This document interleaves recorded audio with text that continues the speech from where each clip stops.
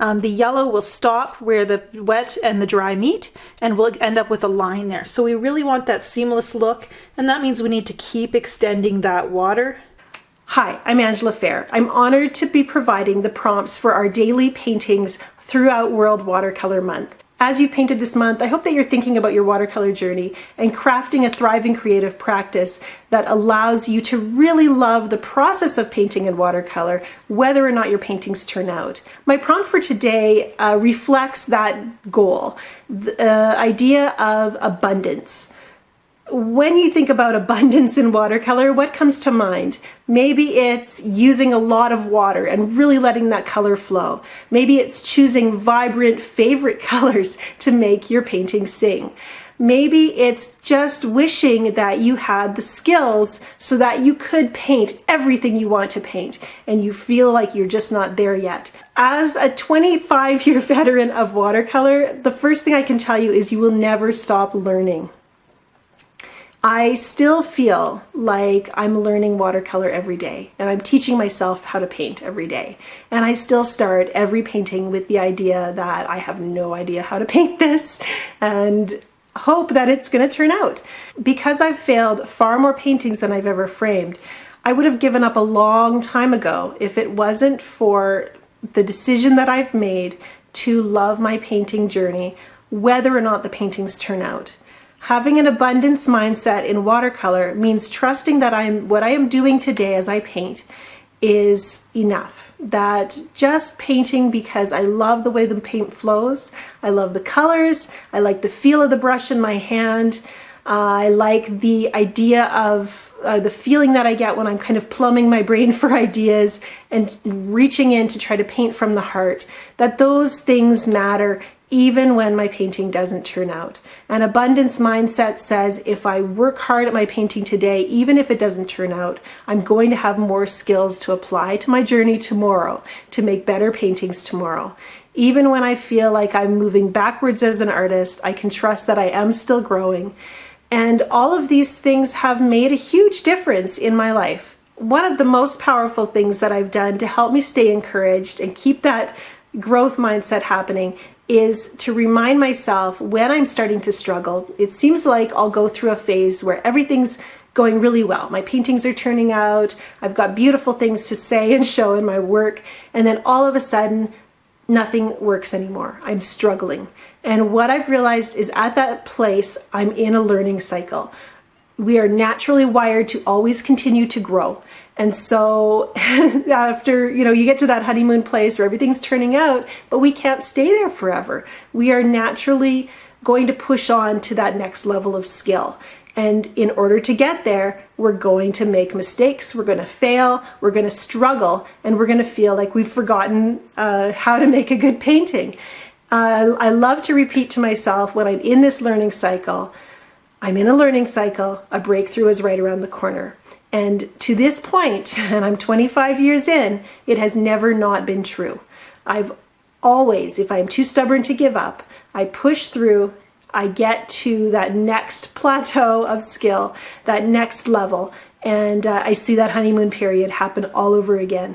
More beautiful work emerge, and I like to rest there as long as I can and really savor and enjoy those moments because I know a new learning cycle will be right around the corner. Today as we paint, we're thinking about an abundance mindset and painting from a place of trust, saying, I'm just going to show up today and enjoy the paint. I'm going to move my brush in a way that pleases me. I'm going to choose colors that make me happy. I'm going to use shapes and brush marks that I enjoy. And I'm going to trust that doing those things will result in me creating my most authentic work. This is really the root, the very basics of creating a unique and authentic personal style. Just doing what you love because you love doing it. And from there, that's where your real artist that you're meant to be emerges. I'm really excited about the painting I'm going to show you today. Feel free to paint along with me, but as you do, think about what gets you excited as you're painting. Which shapes, which brush movements make your heart sing? Which colors feel like a beautiful combination to you? Do those things. Do them over and over again in your paintings and see the beautiful things that happen that say to the world, this is who I am. what has really made a difference in 25 years of painting is knowing that I'm a good painter today because of all the things I learned yesterday and the day before, and in all the years of painting and trying out ideas and the times when I didn't think I was getting anywhere because I wasn't really sure how to grow as an artist. What ended up happening was that all of the stuff, all of those wrong turns made me the artist that I am today. And it means I don't have to be ashamed of where I'm at right now because I'm going to be better in the future. It means I didn't have to be embarrassed about being a beginner when I was just getting started.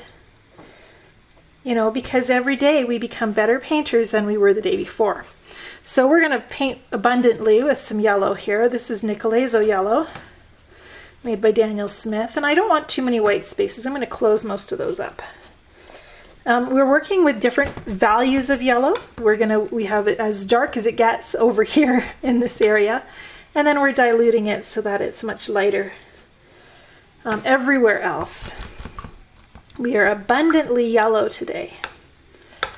And that didn't take long, just a few strokes with a large brush. And I like to start with the largest brush that I can so that I really keep those nice, loose, big shapes.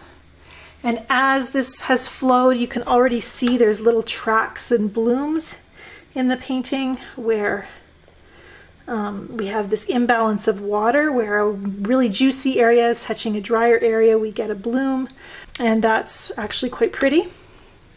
Let's bring in our next color. Today we're going to work with an orange next. I think this one is Quinacridone Sienna, made by Daniel Smith. A nice abundant splash of orange. It's just a little one. Generally when I'm working with multiple colors, they need to be varying in proportion. So if I have yellow dominating the page, I'm going to work with a smaller proportion of orange. And notice how that little brush stroke looks like a flower petal. I'm not really thinking of specific flowers. I may be thinking of a sunlit garden a little bit. I'm thinking of a strong dominant shape over here. But everything else is really kind of open-ended at this point. And I'm not rushing. My mindset of abundance gives me the sense that I have all the time that I need. I don't have to rush because, oh, the paper's going to dry. Often we feel that way, like, oh, I need to hurry because things are drying so quickly. I am working in a cool studio today, so that helps my paper stay moist a little longer. But if you're in a hotter place, one thing you can do is moisten the back of your paper. And something else that I've heard, and I haven't tried it yet, but you can go ahead and do it and report back. Have a second piece of paper underneath the first one and wet that one. And then put this paper over top, and that's going to extend your drying time even more. You know, a nice, clean, extra sheet of paper. Look at this shape here. I'm seeing a daffodil happening right there. And I kind of like that. That gives me some ideas. This Quinacridone Sienna is a beautiful color. You can see how dark it gets. And it does this granulating thing that I think I'd like to show you. Look at the little pigment tendrils that are happening on the paper. That is so beautiful. So I do think I'd like to add some green at this point. My abundance mindset is keeping me from rushing. And it's also reminding me that I can trust my instincts here. And we often will rush ahead when we don't trust ourselves. Let's go with Cascade Green. When perhaps you are worried about things drying, or maybe you aren't really sure what to do, so you're kind of painting in those corners where things don't matter as much. Or you're just not trusting that you're going to be able to see what's the right thing to do for your painting. And you know, the neat thing about this is watercolor is really receptive to additional layers of color. If I don't see future potential, like if I don't see the next step in my painting right now, that's okay. I can actually walk away, let this dry completely, and come back and work wet and wet again. And I can layer softly, and the what was painted when and at what time is actually going to be really hard for people to tell. So as I've been adding color, this green is getting really heavy in this corner. I'm not sure that I like it. Sometimes we, sometimes we don't make good decisions. And this feels like a decision that could have been a little bit more measured. Maybe I could have worked with a different green or just a little less of it. So I'm going to just add some water and let some of this green flow away off the page. That's going to lighten the value of the green so it's not so heavy and overpowering. And then the other thing I'm going to do is I'm going to bring some of that yellow back in. This Nicolezo yellow has kind of a whoosh to it. I can often bring in Nicolezo yellow and it will mix with the darker colors. It will add that little hint of warm sunlight. I'm building my brush miles even if this doesn't turn out. And I'm actually starting to see gladiolus, I think, in this flower, in this floral, instead of daffodils. There's kind of this vertical kind of cup shape that is a little bit more like gladiolus. So I think I might want to try that without taking over. I'm going to keep it really subtle. And I'm also going to be thinking about stopping and letting this dry very, very soon. So I'm bringing in a bit of dark sienna here to kind of carve out the shape of a petal. A little bit of water.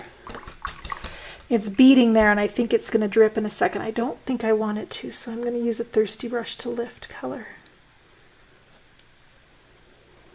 That's a very crisp edge now, and look at how it dominates the painting.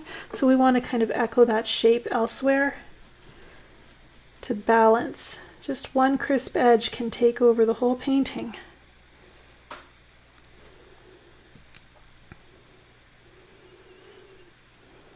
If it's the only one. Oh, that's pretty. So what we're seeing here is like a dark orange kind of gladiolus shape. Maybe in behind the yellow ones.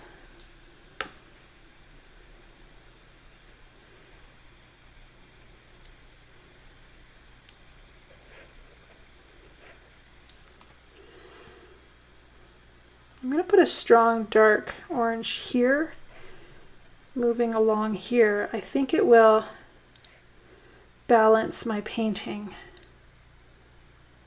to bring some of that orange through in here. In fact, I'm going to just pull it right down softly. I've got all kinds of juicy Quin Sienna on my brush, and I'm not really seeing a good place to put it. I'm feeling like I should stop with the Quin Sienna, maybe add a touch of green.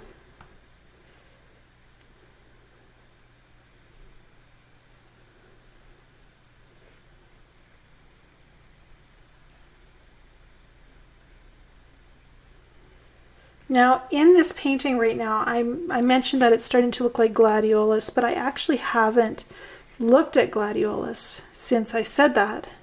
So I'm really painting from my memory. And I think that's what really makes it for an impressionistic painting, is that use of the memory to say, I'm remembering what's important, that approximate shape of the flower rather than the precise shape of the flower. A guess at kind of what the foliage looks like that supports it. And, I'm not enforcing a botanical style here onto my painting, but just rather kind of almost the memory of gladiolus. So what I want to do right now, I'm really feeling good about this right now. Look at the shapes that we have here. This is kind of wide open, and I think that's okay actually. Just trying to see if it looks balanced. Let's put one more leaf shape kind of coming out here. But what I'm really liking here is we've got this beautiful shape of the orange coming around, bracketed by some dark values that pop. We've got a few edges that define our flowers in just hints of petals. And that's feeling really actually quite complete to me. I'm going to know better though when I look at this with fresh perspective after having walked away from it for a little while. So we're going to do that now. That stepping away time is essential for letting your brain kind of process and catch up to the painting. Again, the abundance mindset that recognizes the value of walking away. So I'm really quite pleased returning to this painting after I've given it a few hours to dry. Actually, no, it's dry. A little buckled on this side. Nothing that can't iron out or flatten using your own favorite method. At this point, it's a really good time to evaluate, see how I feel about it. And there's a couple things I'm really liking. One is that how these little strands here look like stamens. You know, they almost could be lilies, glads. I don't have to decide at this point. I never have to decide. I can just give that impression of those vibrant summer flowers. And I think that goes really well with our theme of abundance. Seeing that rich color, the mass of flowers, not having to stingily name everyone, you know, it gives me that opportunity to just enjoy the beauty of the colors and the shapes that I have here. I really like the dark greens that I added towards the end of the painting, and I'd like to sharpen this one up just a little bit. I think that just a hint here would give a little bit of strength to that part of the painting. And I also wanted to show you quickly before we wrap up this lesson how I would continue to paint on this and keep that loose first layer appearance, as I had mentioned before. Not having to rush into completing your painting or completing your first layer while everything is wet means you can come back in and create a wet and wet look even at this stage. So let's say that we wanted to bring maybe a little bit more, or even actually let's bring a little bit of yellow up into this part so it's kind of extending diagonally across the page. We want to see a little bit more of that Nicolazo yellow over there.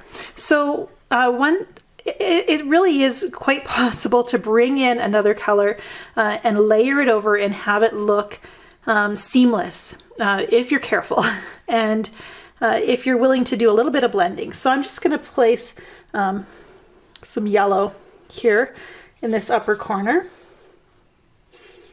I don't want to go too dark. I want it to just be a hint of light flowing through here.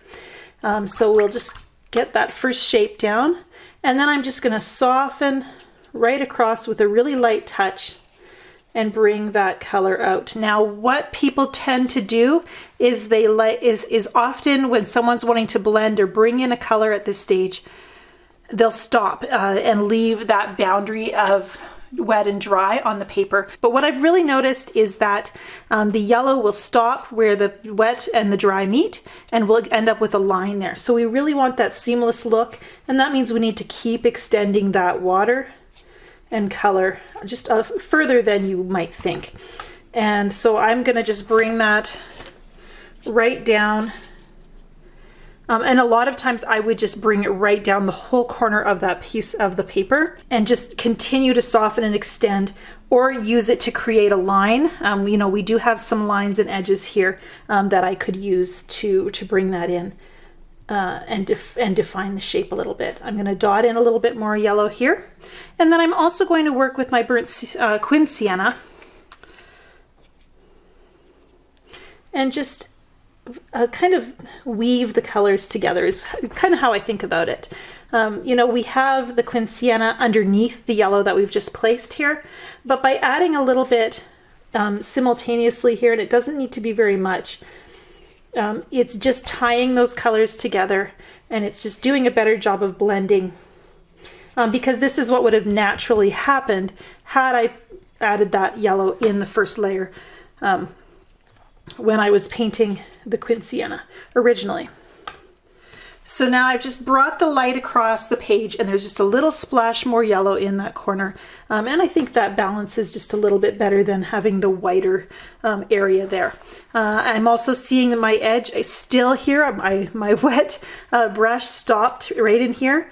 And I'm going to continue to extend that down right to the edge of the paper. Finally, I did want to just define, as I said, the stem, my flower here. So we're going to paint a nice crisp line here. And then I'm probably going to soften it because we don't have any single uninterrupted line in this painting. We've got a lot of broken lines and I want to continue with that pattern. So I'm going to soften and let some of that line bleed out. So we have an edge that's kind of lost and found is what I like to think of it as. And just like I did here, I'm going to weave those colors together. I'm going to take a little bit of the Nicolazo yellow and touch that into my Cascade green here. And the Nicolazo yellow is going to push against the green and make it really hard to tell what was painted first. Let's try a pop of that green here as well. And that just created a negative shape that defines maybe a flower petal.